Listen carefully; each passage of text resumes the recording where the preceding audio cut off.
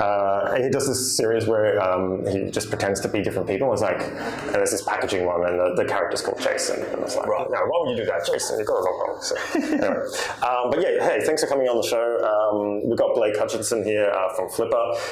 And yeah, look, just really want to get into M&A from a different perspective. So we've done the one with Peter Lee about the corporate M&A. Yeah. I really want to hear, because obviously you've started this marketplace that's been going for a while. And yeah, look, I suppose my first question is, are the people that are listing on Flippa, are they mostly hobby businesses, or are they people that are buying businesses as a growth lever to then, roll into a bigger company or to expand a current business? Yeah. Firstly, great to chat with you today. It can be one of both. So you can have, businesses which set out to become very big and they've gotten to a reasonable size. I mean, we're talking about examples of a portfolio of apps that sold for $35 million literally a couple of weeks ago. So that's clearly a serious business with serious business intent. But on the flip side, you can have a hobby business owner, a sole trader who has started a blog and they've tapped into the platform economy. They're generating revenue from the Amazon Associates program or something like that. And they go and sell it for $50,000 to $100,000. So it's a combination of both.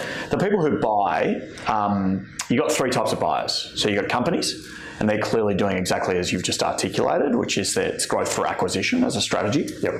You've got entrepreneurs, and they want to buy, operate, and generate a full-time income. And then you've got side hustlers, and they're like you or I, they go to work every day, and they're buying something that gives them supplementary income. So it's sort of like a hobby business, but may not work, but... Absolutely. May not work. Most of the time it does, because they're buying cash flow generating businesses, and most of the people who buy have some capacity to continue to run the business to the same extent it's being operated.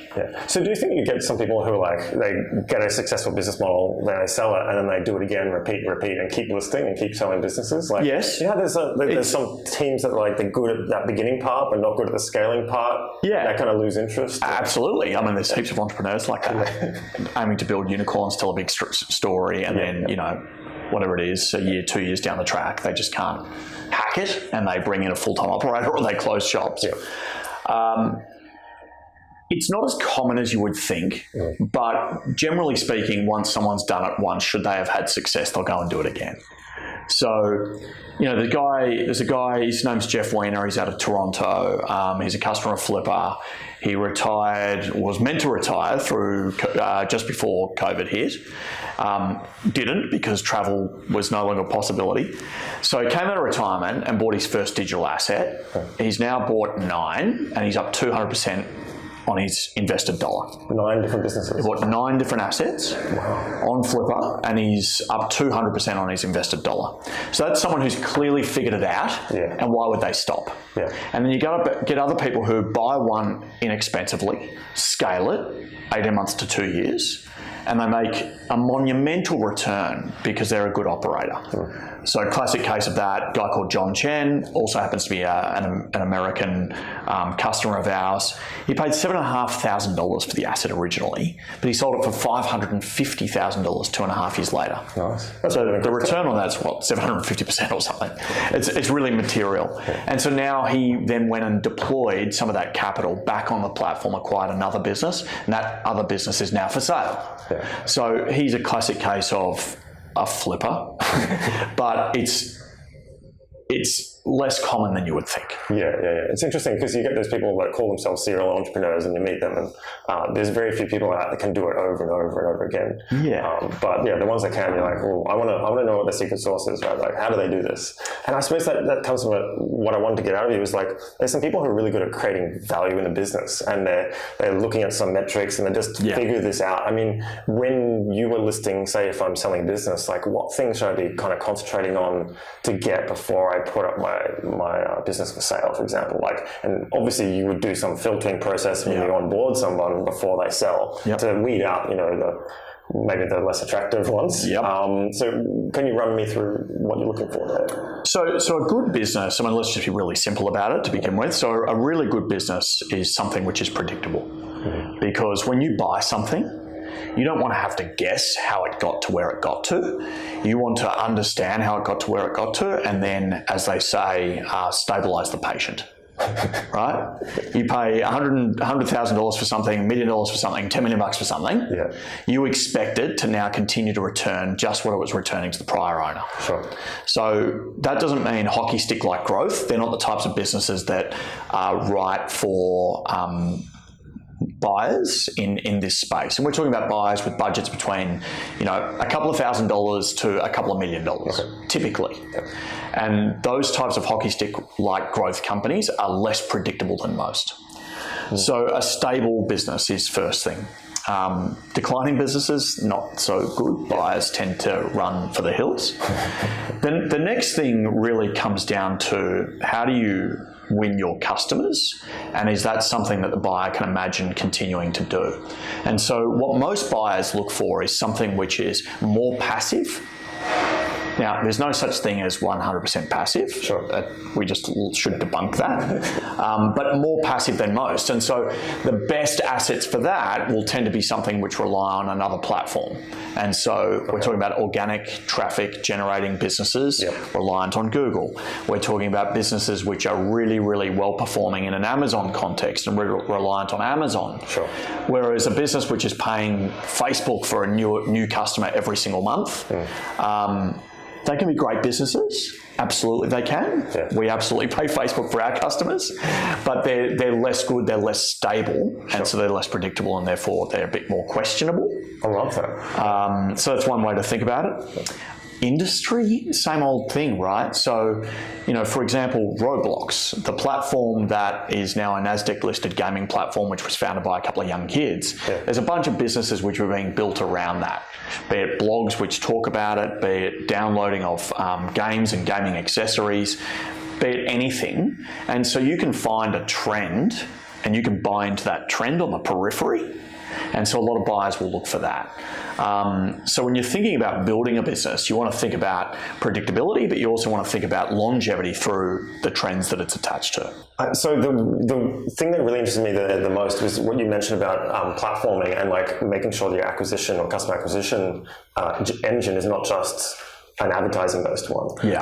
And sometimes we call this in services like distribution. Yeah. So really interested to know like distribution and just from your business experience, because you've got multiple businesses now, how important is distribution compared to things like, everyone thinks growth is about advertising and getting a customer that way, but I find distribution tends to be more stable in terms of reliable and harder to build, but harder to get rid of quickly. So what's been your experience there? So in a Flippa context, it's interesting because we're what they would kind of define as a high value, low repeat marketplace. And so the challenge with that is, unlike SaaS, you don't have the same customer coming back every single month. And so what you have to continue to do is fill up top of funnel, nurture middle of funnel, and then ensure from a marketplace context that you've got liquidity by having the same amount of demand that matches the supply, or in most cases 10 times the demand, to ensure that the supply sells through, because that's what your customers come to expect of you. And so then when you talk about distribution or customer acquisition, I think every business is a little bit different. In our case, what we do is we talk a lot about how much is a business valued at. And that is a little bit analogous to how much a home is valued at. People are obsessed by it. So if you've got a lead magnet, which gives people the tools, they will tend to use those tools, and then you can nurture them and have a chat with them about the service offering. Now, we then do that through long tail keywording, so SEO. We do it through paid. We do it through things like events. I've got a barcode on the back of my T-shirt because I'm here on the Gold Coast at an event. I'm hoping that people just walk up to my back and start. I did notice that actually. A QR code so that they get a valuation. I mean, you're basically looking at all of the different platforms, means, partnerships, programs that you can distribute, whatever your top of funnel magnet is, and in our case that happens to be our valuation tool. Oh, I love it. That's great. And I suppose I came into the acquisition from I was recommending a client acquire a business, and that came from really when I was building a strategic partnership sort of program and looking at people within the supply horizontally and vertically and going, oh, where's a good target? Do you find in your experience sometimes people acquire businesses just through that process or networking and talking to suppliers and go, oh, I'm going to buy you out or something like that? Does that happen? Yeah, I mean, absolutely. You get people say, hey, a friend said I should check out Flippa because I am in the travel business and I'm looking to acquire eyeballs. So I'm looking for big content sites or blogs which are about these 10 destinations. Because they happen to sell lodging, maybe they're an ad platform for getting a clip of the ticket on airline tickets, whatever it might be. You get people who say, hey, I'm a tradie, I am a plumber, I am a builder, and I'm looking to acquire businesses which can give me access to customers digitally. Yes. And so in many cases, that's a cheaper pathway to customer acquisition than it is paying Google and Facebook and nurturing that day in, day out and hoping you get it right.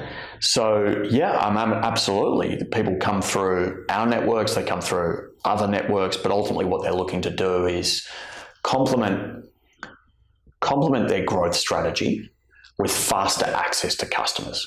I love that because when I was doing another strategy for clients, like we also talk about content strategy, and the banks are really good for this. They outsource their sales to the mortgage brokers, right?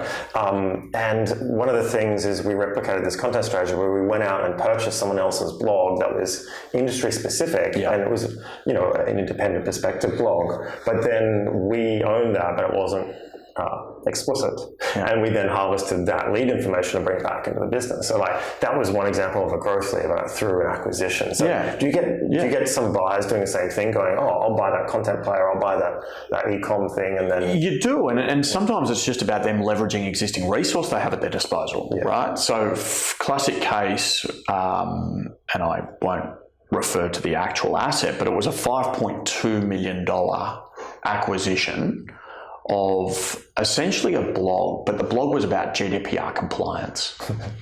And so what that meant was that every web administrator, developer, business owner was referring to this blog for their resources because everyone needs to understand GDPR compliance these days and other privacy-like measures. Now, they were making money through AdSense, which is Google's own ad program. Yes. But this guy has a rock star ad sales team, which he currently deploys across, I don't know, however many other brands. So he's like, hang on, this thing's doing 12 million impressions, predominantly organically, page impressions a month, predominantly organically. AdSense is making him this month. I know what a good revenue per page visit ratio is. I'm going to deploy my ad sales team on this. So it's about people just figuring out what resources they have or what resources they need. And that's what the acquisition becomes.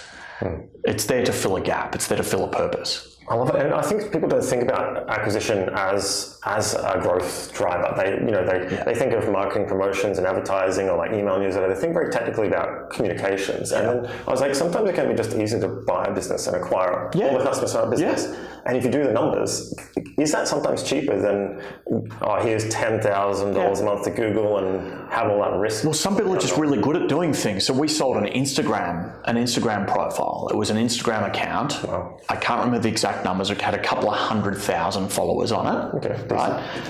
I must admit I can't even remember the category, but I'm happy to share it with you post-session. Sure. And the buyer bought that because he's like, I don't know how to grow an Instagram account. How would I possibly know how to do that? So some people are just really good at certain things. And then some people already have money. Yes. So rather than try to become good at something, just acquire it. It's lower risk. It's more expensive but lower risk. Yeah, totally. No, I love it. But let's just say that I'm selling a business. I've got a successful business, which would be one of your targets for Flippa. What things should I know before I go through the sale process? Like we talked a bit about metrics, make sure there's stable income. But like, is there any sort of do's and don'ts, a bit of a checklist that you can give those? So you've got to have your financials in order. Not only understanding where your revenue comes from, but also understanding your expense line and the contribution of that expense line. you need to also understand how buyers assess businesses. And so a lot of the time, people will either talk about potential or they'll talk about opportunity. But what is interesting is that buyers pay for performance. They look for opportunity, but they don't pay for opportunity or potential. They pay for performance. And so the most important thing is your trailing 12-month financial performance. Okay. So that implies you understand that. The second thing is that you've got to understand the metrics that matter for your business model. So for example, when you're selling an app, it's all about daily active users. And that's different to selling an e-commerce business or a SaaS business, where in a SaaS context, it might be about monthly churn or LTV or MRR or ARR. Sure. But that's very different to selling an app. And so it's about understanding the metrics that matter and then taking those metrics and representing those metrics to your prospective buyer. Yeah. Okay. The story matters less. The metrics are everything. Yeah, sure. I mean, you can't hide behind figures, can you? Because it's not a startup, right? That's the difference. Startups tell a big story and they get people to buy into that story. This is not about the story. It's about what's happened. Yeah, I love it. So you can't really hide behind the figures, can you? That's like pretty cool. No. Yeah, it's like e-commerce, like AOV. It's like repeat purchases, that kind of thing. Right? Yeah, average order value for e-commerce is massive. Weirdly, it always ends up being about $77. But anyway, every asset I look at, it's like it's almost $77. AOV refund rate. Yeah. Right. Refund rate's really important. And then you're talking about marketing as a percentage of revenue in an e-commerce context. Sure. Because a lot of people are obviously paying Facebook to acquire the customer. So you've got to take that into consideration. And sometimes the growth the unit economics is not as healthy as they seem. Yeah. There's different ways to make it represent that, isn't it? Whereas a content business, you're talking about traffic and geographic, right? Traffic. So where's the traffic actually coming from? Sure. Because when you deploy your ad sales team, certain advertisers are willing to pay more in certain geographies. So you've got to think about that. And if you've got all of your customers coming from, for argument's sake, Southeast Asia, maybe advertisers there pay less than what they do in the US.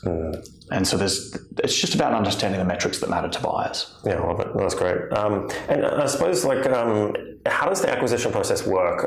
Let's just say a layman's sort of guide to step 1, 2, 3, 4, 5. Yep. How does it work from start to finish? So we're like a dating website. It's a matching algorithm. Yep. So the first thing that we ask all buyers to do is to build a profile. And then we can begin our matching process. So put that aside, because that's our core business. Then it comes down to, firstly, discovery. You want to be able to compare multiple businesses.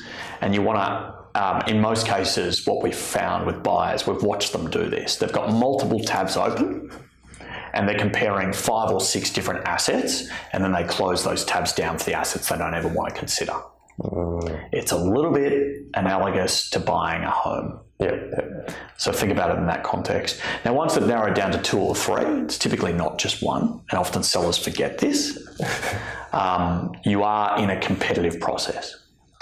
The buyer will tend to ask you inquisitive questions about the asset. That's the first part of this. Why was March down? Why is your AOV dropped? I noticed the churn is 3%. Can you tell me a little bit why you think your customers churn? They're very inquisitive buyers. Yeah. And then the next thing they'll often do is essentially submit a letter of intent. Now, once the letter of intent is submitted, which you can do on our platform, it's completely embedded. Cool. Once you've submitted the LOI, then we would suggest that most buyers go to due diligence. Some people do it before LOI, some people do it after LOI. We don't dictate, we don't think we should. The higher value the deal, the more likely there is partial DD done before LOI and partial DD post LOI. Okay. Once that's done, they then go to an APA, asset purchase agreement. Because they're typically not buying shares in the company, they're buying the assets of the company. Sure. And then we'll move them into an escrow process. And that can happen through, in a Flippa case context, through one of about 4 different partners. but they'll typically then go to escrow. That gives the buyer typically a 7, 14 or 21-day inspection process. So in a nutshell, that's the process. Pretty similar to a house then, isn't it? It's like, you have the escrow, money in trust, deposit, do due diligence, you got so many days to settle, you settle. Exactly, right? So your due diligence period might be 30 days. Your close period post due diligence might be 7 to 14 days. And then your inspection period, once you actually receive the assets, could be again 7, 14, 21. So there's just standard steps that a sophisticated buyer will take. Yeah, great. And you mentioned you've got some like bigger businesses. I remember learning about Flippa like a long time ago, and you were like really leading the way there from a marketplace perspective. Obviously, things have probably changed in the last couple of years. Where did you start, and then where do you think it's heading? And you did mention before we were talking, you had some really big businesses being transacted. So is it getting bigger, or where are we going with it? It's definitely getting bigger. I mean, just to be clear, we're price agnostic. We think that we call ourselves the investment bank for the 99%. So as far as we're concerned, as long as you're not in the 1%, come and sell with Flippa, which means you get some very, very small things and you get some very, very big things. Wow. So what does small mean? Small might mean 5,000. What does big mean? The biggest asset that's for sale on the platform right now is probably $50 million. Jeez.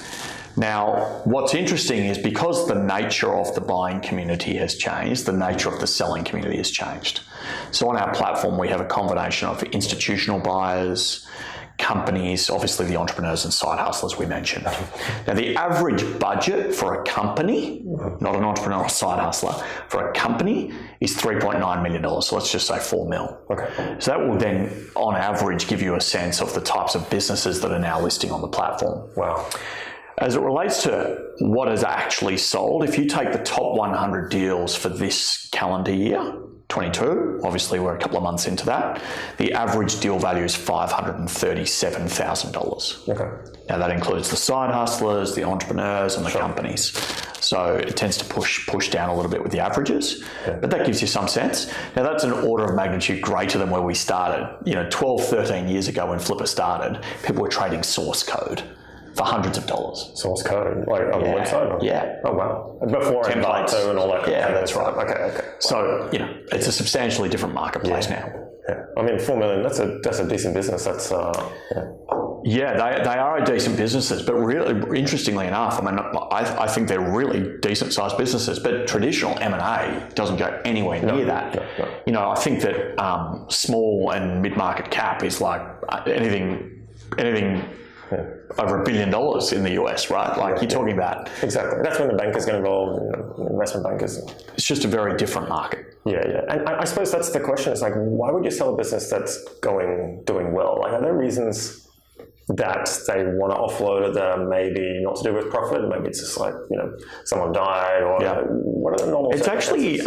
It's actually not sinister. I'm tired. I've been running the business for 3 years. I am a sole operator, maybe with a couple of VAs helping me produce content. Yeah.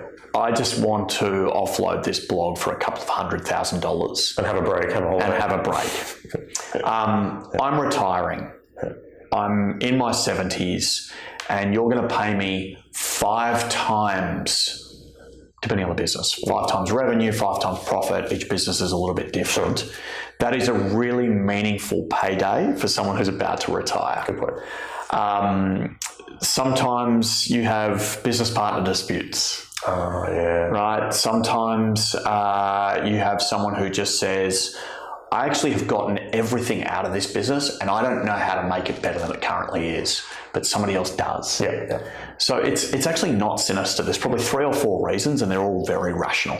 That's funny because I was talking to Louise Brookman. She does advisory work and she's like, there's days that I hate my business and days that I love my business. Yeah. And like, depends on the day. Like, I hate it or... And the average business that sells is 4.5 years old. Yeah. So we often get buyers who say, but why would you sell this business if it's making $100,000 a month clear? Yeah. Like, have you ever tried to run a business for 4 years or 4.5 years without any support, resources or growth capital? It's really difficult. Yeah, Tim's here. We're the same. We talk about business all the time. Like, I'm getting to the end of. I think you had this period of tolerance with the business, and then you're like, if you're not getting traction, you're just like, someone else can do this better. Yeah, let's just offload it. Totally. Yeah. It's funny when buyers think it's sinister. It never is. It's just like, I think maybe they see that sort of that lower end of the business broker market, and they see those lemons that are trying to be flogged for a lot, and that's right. I mean, much like there's not great real estate and less good cars, there's also, in some cases, less good digital real estate. But the reality is, if you look at the fundamentals of a business, you can make up your mind as to whether it's going to suit the profile of yourself, which is a really critical thing that we ask buyers to ask themselves. This is why the FBA aggregator market now exists. They have become specialists in a certain specific type of business. They know it. They can get far more out of it than the current business owner does with all of their scale, their resources, and their operational efficiency. And that's what they go after. I suppose the good thing about Flippa and some of these other platforms, and I want your take on the industry as well, where it's heading, is that automation of some of those quality factors have been done before they even get on the platform. Whereas, if you go to the other broker market, who knows what's happened? Are those figures true or not? So I like that standardization of that quality process. Is that where you think you're going to get scale and grow once trust is there? We have 9 integrations now. And they cover the obvious. We connect to QuickBooks Online. We're a business which our product and engineering function is based here in Australia. Our sales and marketing function is based in the US. So we tend to orientate to where our customers are first and foremost. A lot of people say, well, why haven't you built to Xero yet? So QuickBooks Online is still the most dominant cloud accounting software in the US, although I still think it's only a 14% adoption rate of cloud accounting in the US, which is unbelievable. Wow. Blows my mind. But anyway, we have QuickBooks Online. We have things like Google Analytics. We have things like Stripe, WooCommerce, and Shopify. It's 9 integrations today, but that helps with a lot. It helps the business owner to list quickly. Well, you can't hide because it's coming from your own data, isn't it? That's right. It helps the buyer to be able to verify the asset quickly, but it also helps out with insights because we can now compare your asset to the market of assets. Before that, it was, let's go and look at this guy's revenue base and let's go and write a script and compare it to that. You can actually build insights engines around these things, and that's what we're doing, and is critical, and it's going to be it'll provide so much value to buyers, because buyers can just say, thanks very much, Flippa, I understand that the average order value on this asset is 15% higher than all other assets that have come before it. Oh, great. So you were saying once you've got enough in the same space or sector that you've sold on the platform, you kind of know these averages and you put it in context. Think about what Zillow or REA do here in the Australian context. Zillow and Trulia in the US context. They're very good at saying, how does this house compare to other houses like in it? The area. And we're doing the exact same thing. Oh, that's great. Okay. So ability to scale really is infinite in a way. Yeah, so the challenge is supply. There's no demand side challenge. There's more buyers than you can poke a stick at. Wow. They've got lots of money. They want to buy multiple assets each. I was just showing you the data before. It's like $40 billion registered in buying intent. So, yes, lots of buyers. That's huge. But the bigger issue is supply. So what is it? There's 200 million active websites, sites, stores, and apps, that is. But there's 20,000 new of them being created each month. Wow. The average age of an asset that sells with Flippa is 4.5 years old, which means that in 4.5 years from now, there will be far more assets available for the ecosystem. So we're obviously hoping that trend continues. There's no reason to suggest that the digital economy doesn't continue the way it is. And then you've got to think about, well, how do you get access to more and more of them? Because that's what your buyers expect of you.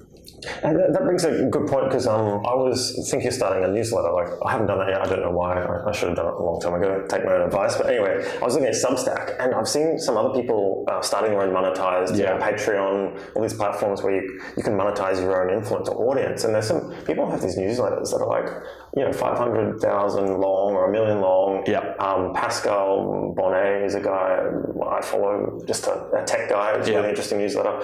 And I was just thinking, wow, if I had that newsletter and then I got to that point in my career where a lot of these people do, they go, I can't be bothered writing anymore. But you could essentially go, actually, I've got this captive audience. Someone else could write it. Yeah. Put it on Flippa. Yeah. So have you seen different businesses like that, not just e-com business? So you've got traditional ones like sites, blogs, apps, iOS and Android, e-com, and obviously that'll be things like Shopify, BigCommerce, WooCommerce, etc. But so now you've got newsletters, you've got social media accounts and profiles, things like YouTube channels. Yeah. You've got NFTs, right, and the entire Web3. So podcasts, right? That's a good point. Then I think I think HubSpot just bought The Hustle, but they also just bought Entrepreneurs on Fire, I think, which is a podcast. Wow. I'm pretty sure of that. So John Lee Dumas side for John Lee Dumas is his name. So he just sold his podcast to them. Wow. Anything digital that has scale, that has a following, that can generate revenue or complement an audience acquisition strategy is now very liquid. That's cool. So I think the future then is looking pretty bright in terms of more of these marketplaces, more people, more entrepreneurs doing side hustles or creating money out of it, and maybe not doing a traditional job. They're going to get bored about it eventually, right? Yeah, I mean, I think that you'll find, as I often say to my staff, because some people just can't get their head around how many people own businesses, right? And if you walk the streets and you look at a cafe or a baker, and then you look up in the apartment tower, there's like 10, 20 or 30 businesses happening on top of that one traditional small business. Yeah, good point. Yeah. And so people just don't factor that in to understanding this market and how big it is. Yeah. And so, you're talking about if each asset is worth $50,000, you're talking about a $2.1 trillion market. That's big. It's really big. Wow. And of course, on average, there's many assets. Well, on average, the assets are worth far more than that. They tend to age. They tend to get better with time. They tend to generate revenue through multiple revenue sources. So they get better. They appreciate in value too. That's awesome. You must have seen in your career some acquisitions that have gone badly for whatever reason. Yeah. Could you sort of tell me what the main reasons are, or some horror stories, so then if we're selling or buying, we know what things to avoid? Yeah. I mean, most of the time it comes down to a difference between skills and expectations. So a lot of the times entrepreneurs will enter the acquisition entrepreneurship space having read something or listened to a blog.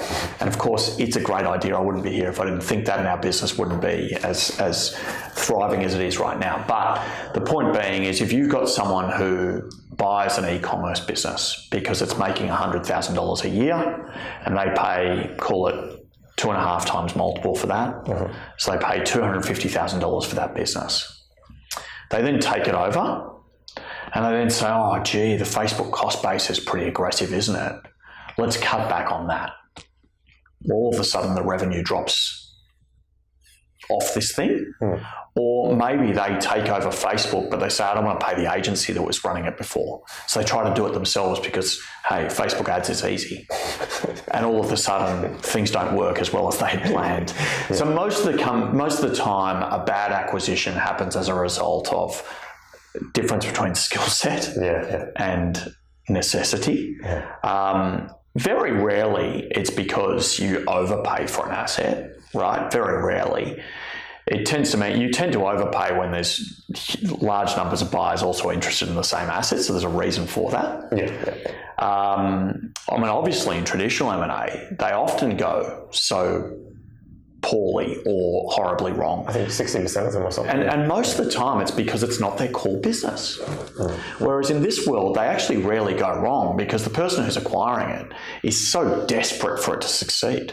Yeah, because that's it's their business. You're not talking to a political executive who is detached from the rest of the business.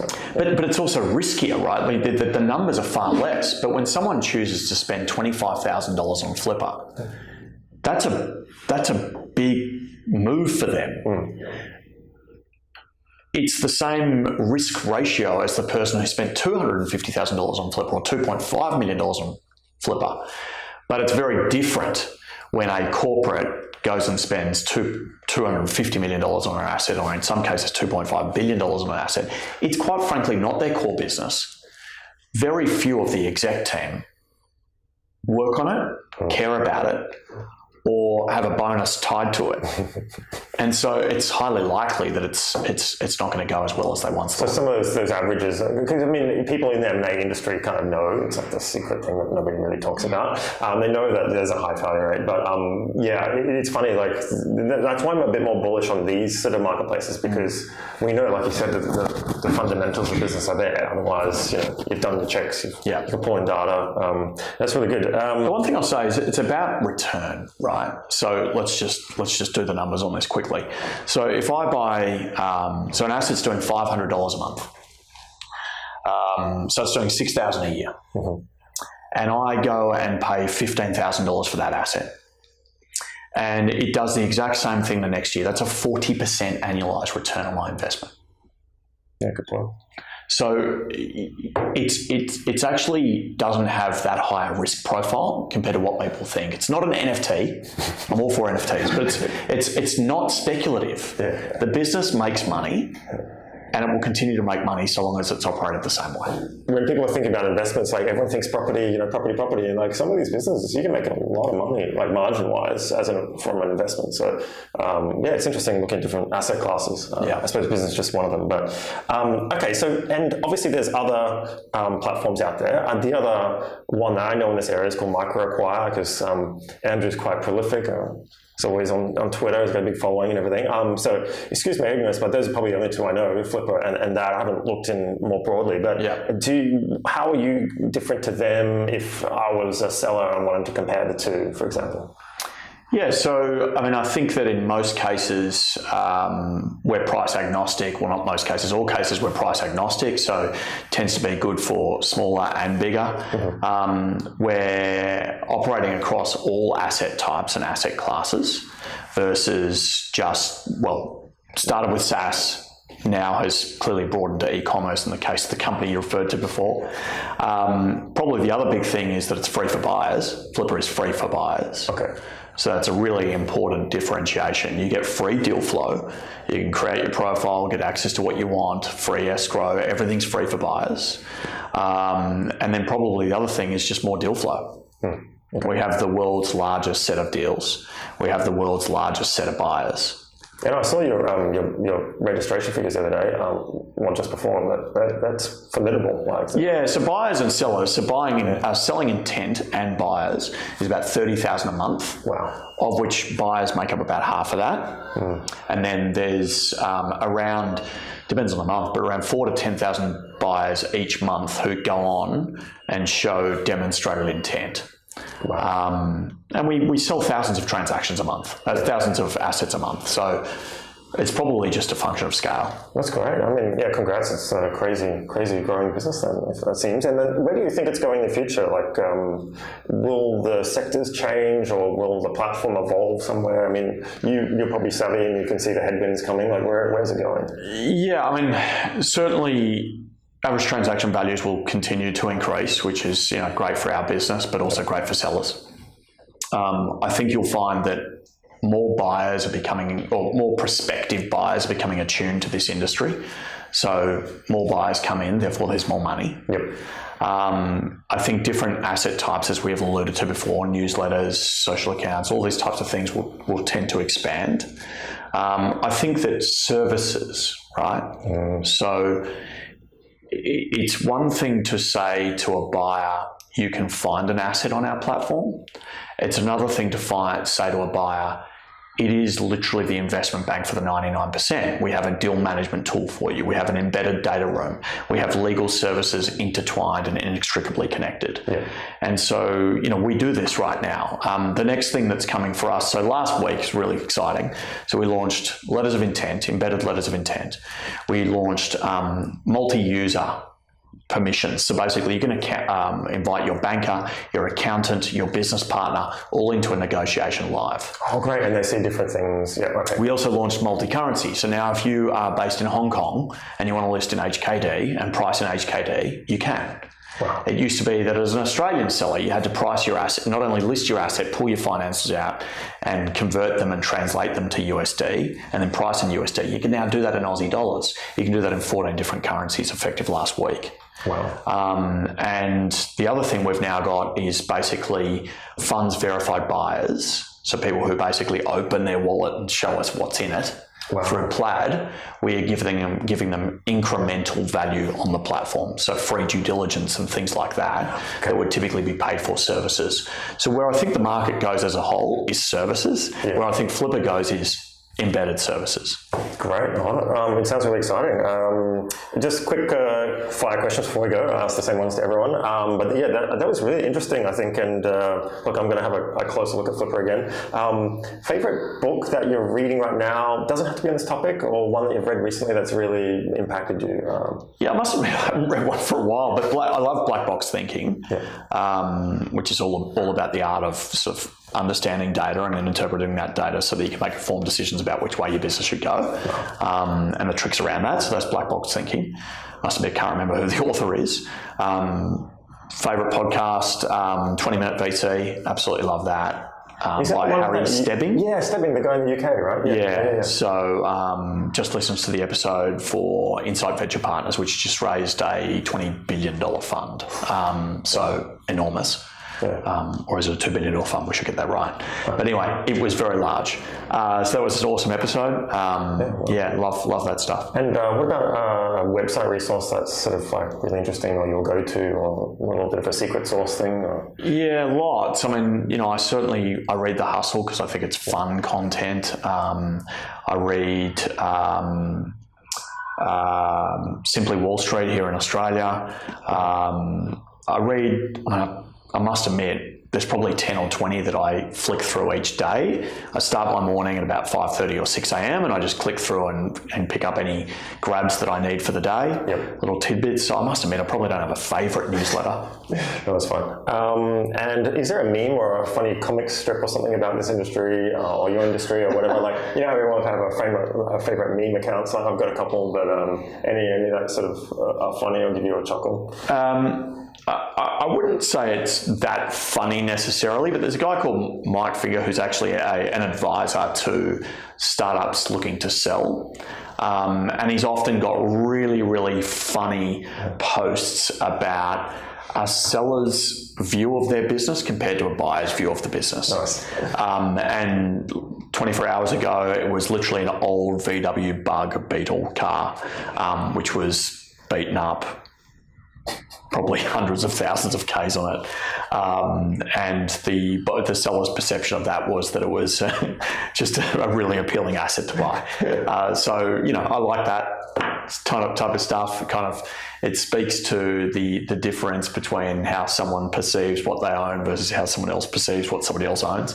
Yeah, I love it. And last thing, back to you. Obviously, you're one of the lead people of Flippa, but you've built other businesses. Anything else that you want to mention, like a bit of a plug for your own causes or businesses? Yeah, I totally believe in speed as the decisive characteristic of any great business. So I think that, make decisions really quickly, try lots of things, make mistakes fast, the usual things that people would say. But generally speaking, I think actually it's less about strategy, because I think strategy is an always on, ever-changing thing, and I think it's more about execution and your ability to get something to market fast, test results, tweak, understand what customers want, and continue to evolve the business that way. And that's how we run Flippa, and that's how I think every small business should also be run. Yeah, so awesome. That's exactly what John Doerr says, the OKR guy. It's just he's like execution's everything, and that's my mantra as well. So I know it because it's true. And OKR should be quarterly, right? Like it's I think they outlive themselves beyond 12 weeks. I really do. Interesting. Okay. It depends on the business you're in, but in our case, we're a change-rich business. We don't suit people who can't handle change. And so OKRs are a quarterly thing. You hit them, you understand what you did and didn't do so well, and you move on to the next set of OKRs. Sure, that's great. Well, hey, I know you're really busy, and like you said, you're all about execution, so thanks for your time today. I think it was a really interesting conversation and really different perspective from the last episode we had, so thanks again, and hopefully we'll talk again soon. Yeah, thank you so much. Appreciate it. Awesome.